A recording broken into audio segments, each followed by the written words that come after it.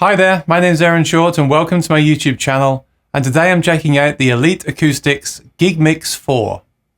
So you may have seen my review last year of the Elite Acoustics Stomp Mix 4. I was really impressed with it. It's a great product and I'll put a link below in case you missed that review.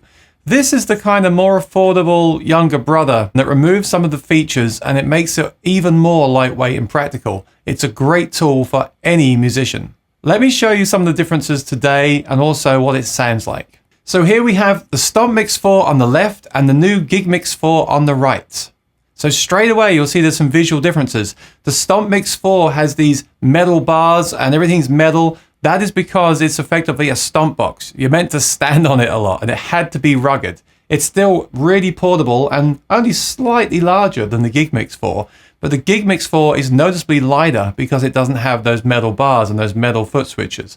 Again, that's because you're not supposed to stomp on the GigMix 4. It's supposed to be like on a table. I guess you could have it on your board, but you're not meant to stand on it like the Stomp Mix 4. With the Stomp Mix 4, you have these metal buttons, A and B, and you're meant to switch between sounds during the show. With the GigMix 4, it's purely a portable mixer. So that's the main difference. There is one other difference I want to make you aware of. The Stomp Mix 4 has phantom power.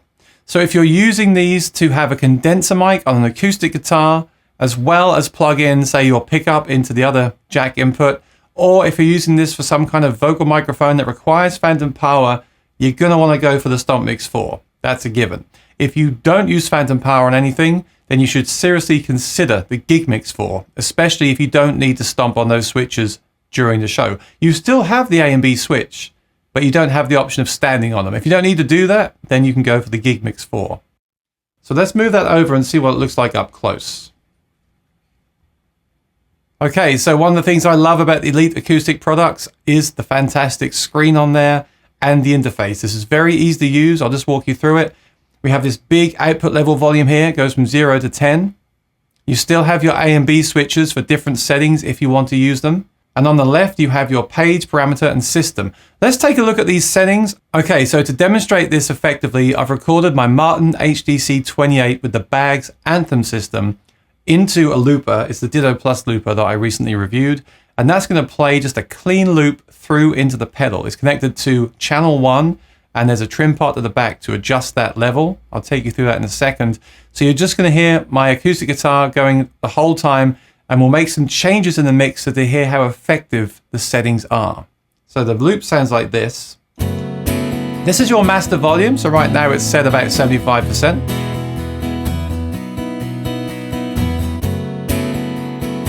Okay, so you can turn that down, and that turns all the channels down or all the channels up. Okay. So first of all, you want to go in and set the level, set the input gain as always. So press system. And there you go, that's channel 1. It's hitting the yellow bar and they say that's where it should be. If you need to change it, the trim part is right above the input jack on the back, which is really, really great. I appreciate that, very obvious. Like I said, you've got the input jacks on the back and you've also got an input on the front, which is your microphone input. Remember, that is not phantom powered, but I don't use that at a gig, I use dynamic microphones. So I can plug my microphone straight into that and my guitar straight into the back and still have 2 inputs left over for a guest musician. Absolutely brilliant. Right, let's see what we can do with this sound then. So now I'm going to press on channel 1. This is channel 1 here. This would be 2, 3, 4. They all correspond. Very simple. And everything I do here on channel 1 would be the same on channel 2, 3, and 4. Okay. So channel 1, you've got a low, which is your bass, a high, which is your treble, and a mid, which is your mid frequency. Let's check out what this sounds like in real time. Here's no bass. Here's maximum bass, plus 12 dB. Wear headphones so you can really hear the differences. That's a very effective control. Here's your high control, maximum, and minimum. Again, very effective. I would probably turn the bass up a little bit, maybe turn the treble down slightly, something like that. Again, this is all just personal preference. The mid control is great. Same thing again. You can really hear that, right? And what I like about this is that we can actually change that frequency. You've got the option to change it here So we can, what I often do is turn the mid all the way up and then kind of scan through to find something I don't like. Say that's a bit kind of nasal, then you can back it off again to taste. So let's say we like this sound. That's great, that's a powerful EQ. For a 3-band EQ, it's very powerful. I love the parametric feature there. So again, you just push again, it tells you what to do. Look, push, I'll press it again. Now, let's go through these. Polarity is polarity plus or minus, so you tend to just use that. If there's feedback, you would adjust that, it might get rid of feedback, or you choose the one that has the most bass, usually. That's really cool. And then there's a notch. With the notch, I've covered this before in other videos, play through the low strings on your guitar. If one is feeding back, keep that ringing out and turn the notch until it disappears. You'll probably hear it here. It goes all the way up to, well, it's cool, it goes all the way up to 500. So if you hear like a booming note, you can actually find it there.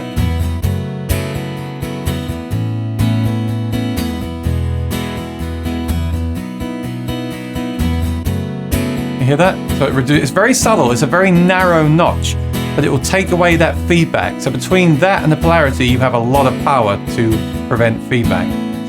Then you've got your filter here. Now that can be high pass or another notch. This is really great.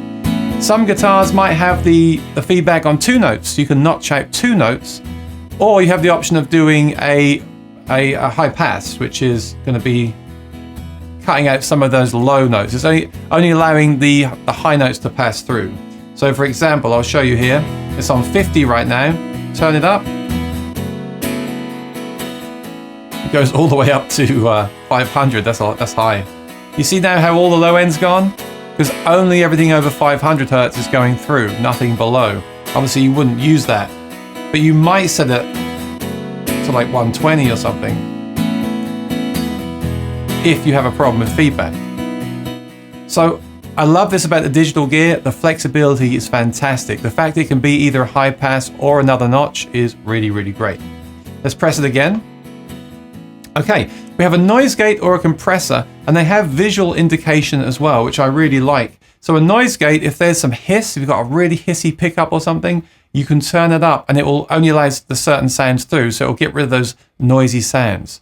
That's really cool. I don't really use that live, but it could be useful to have. I would use the compressor more. Compressor's gonna make the soft notes louder and the loud notes or sounds softer. So very, very useful, especially for fingerstyle players and things like that. So let's check out what that sounds like. Here's the compressor off, and you'll see visually it kicking in, which is really helpful. I love that.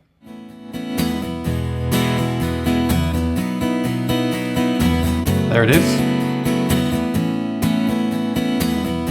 And you can hear it, listen, you can hear that compression. That's just way over compressed. You can hear it, everything is just like one level. But I would turn it up so it starts to kick in. There we go, really great. I love that about the digital gear. Sometimes with the analog gear, I don't really know when the compressor's coming on. I have to listen really carefully and I can't tell. With this, I can just look at it and it tells me. It's really great. Okay, press it again, and we're back to the beginning. So that is a lot of control over each channel. So that would be my guitar channel, and I've done a lot to it. But there's more than that. There's more than that. Press on parameter, and you're going to get pan controls. This is stereo. The output I'm using right now is unbalanced, just like a guitar cable, but you can use a TRS jack to a XLR connector type. So you can plug this straight into a PA speaker or similar. It doesn't use the full-size XLR connectors, and neither does the Stomp Mix 4, and that's simply to save space. So you just buy a different cable, a different connection on it, and it works great. So press parameter again. You've got main level, so that's the level for everything, and that's everything there. And then system is here. Again, the input meter. Memories, that's where you store your memory for A and B. This would be cool for going between, say, fingerstyle and strumming, something like that. There's signs. The signs is for that. Sign A and B. And then we have some effects as well, because effects are very important in the mixer, right? So You've got a secondary mix for like a monitor. This thing is so powerful for such a small device. That's what I love about this. Right, there's delay and reverb. So let's try those out now. So delay is only available on one channel. That's fine for me though. I probably put it on my vocal. So channel 1 is the channel we have it on now for the guitar, and it sounds like this. You hear that? That's kind of a cool effect actually.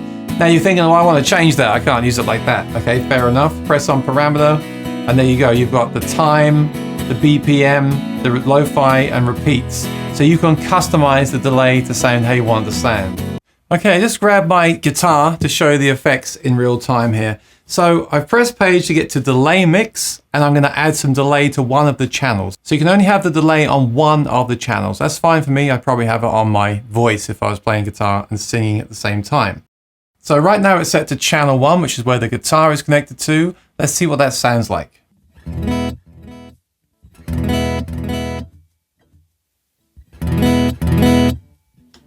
So as you can hear, that is setting the volume of the delay, but we have more options than that, don't worry. Just press on parameter, and we have several options here for the delay effect. So we have time, BPM, repeats, and lo-fi. Let's check those out.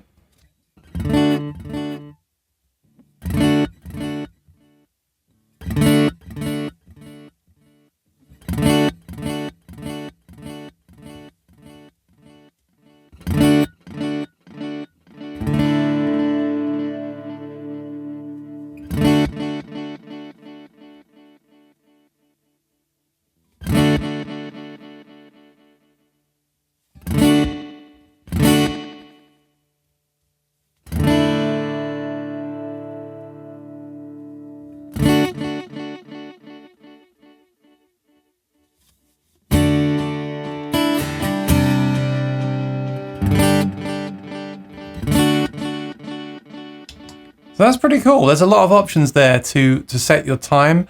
One thing I'd like to have is a tap tempo, but then I would need a foot switch. And obviously this is not using a foot switch.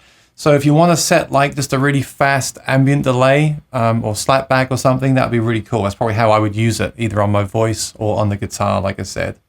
There's also reverb here, which is on every channel. Let's check that out.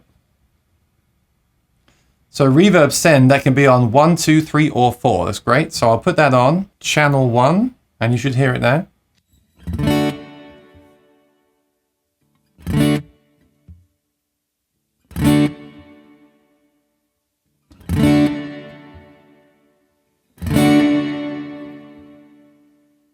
So that's nice. It's a nice reverb. Again, press parameter, and you have the parameters there.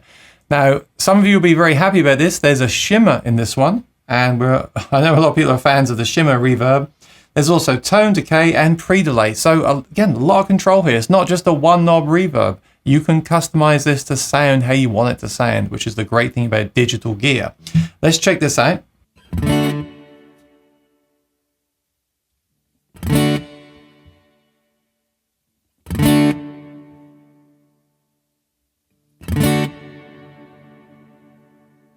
That's a nice sounding reverb, really is.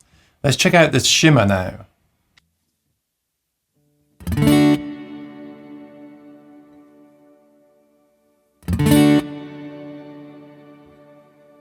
And the maximum.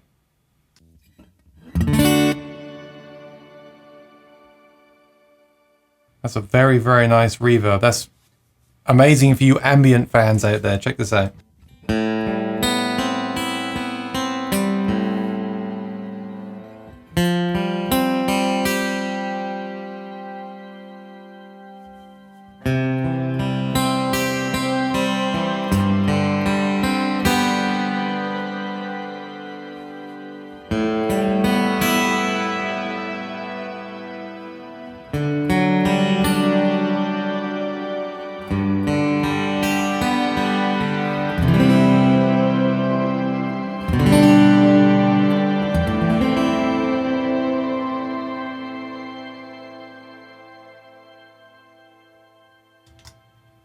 They did a great job with that reverb. Very, very, very nice. I like that a lot.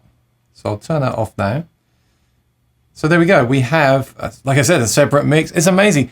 This thing is so small and so light. It's crazy. And yet it has 4 inputs, 3 jack inputs for your instruments, 1 XLR input for your dynamic microphone, plus the flexibility of the EQ, and then the compression, and then the effects. This thing has a lot more features and functionality than a lot of full-size mixers that I've used, which is crazy. And the fact it will fit in any gig bag and is more affordable than Stomp Mix 4 is really great. There's no reason not to really own one of these, like I said, either as your main gigging mixer for a solo or a duo act, or as a backup or a sub mixer for any other act. If you're a band or something, you know, if the main system went down, which would be, I know it'd be terrible, the great thing is you could then have this in your bag as your backup. I always believe in carrying backups all the time. Hopefully we don't need them, but if I'm playing a wedding or something, it turns out I don't need the full-size mixer because it's a solo show, I can just use this and save my back. So that's really, really great. But most importantly, the sounds here are very good. If you agree, let me know in the comments below. I'd like to know your thoughts, but I think the sounds here and the adjustments that we can make are very powerful, and that's really important, and everything sounds very good. Like I said, you probably want to get a TRS to an XLR cable to carry around as well, but that's no different to having a XLR cable with you, or you could just buy an adapter to change the end of an XLR cable to a TRS cable. But yeah, this thing is fantastic. It's just so light and has so many features. That's what I love about it. So far, I've been impressed with all the Elite Acoustics gear, and I know they're very highly regarded on the Acoustic Guitar Forum as well. I've used their amps, I've used their mixers, and I love the approach that they take. It's very practical stuff, and it sounds very good. And now with the GigMix 4, it's even more affordable as well. Like I said, if you want something you can stomp on as a stomp box on your pedal board, or if you want to use a condenser mic or a mic with phantom power, you want to check out the Stomp Mix 4, and that review will be below. But if you're looking for something to throw in your gig bag and plug in a dynamic mic and a guitar, you really can't go wrong with the GigMix 4. This is a really, really great product and a great idea. I really love it. So thanks for watching. If you're new here, please subscribe and ring the bell. I really would appreciate it. And I'll put a link below to the Elite Acoustics website where you can check out the GigMix 4 and also their other products as well. So thank you to Elite Acoustics for sending me this 4 review on the channel. I really appreciate it, and I really am a fan of your products. They're really great. Until next time, everyone, take care and be well, and I'll see you in the next video. Bye-bye.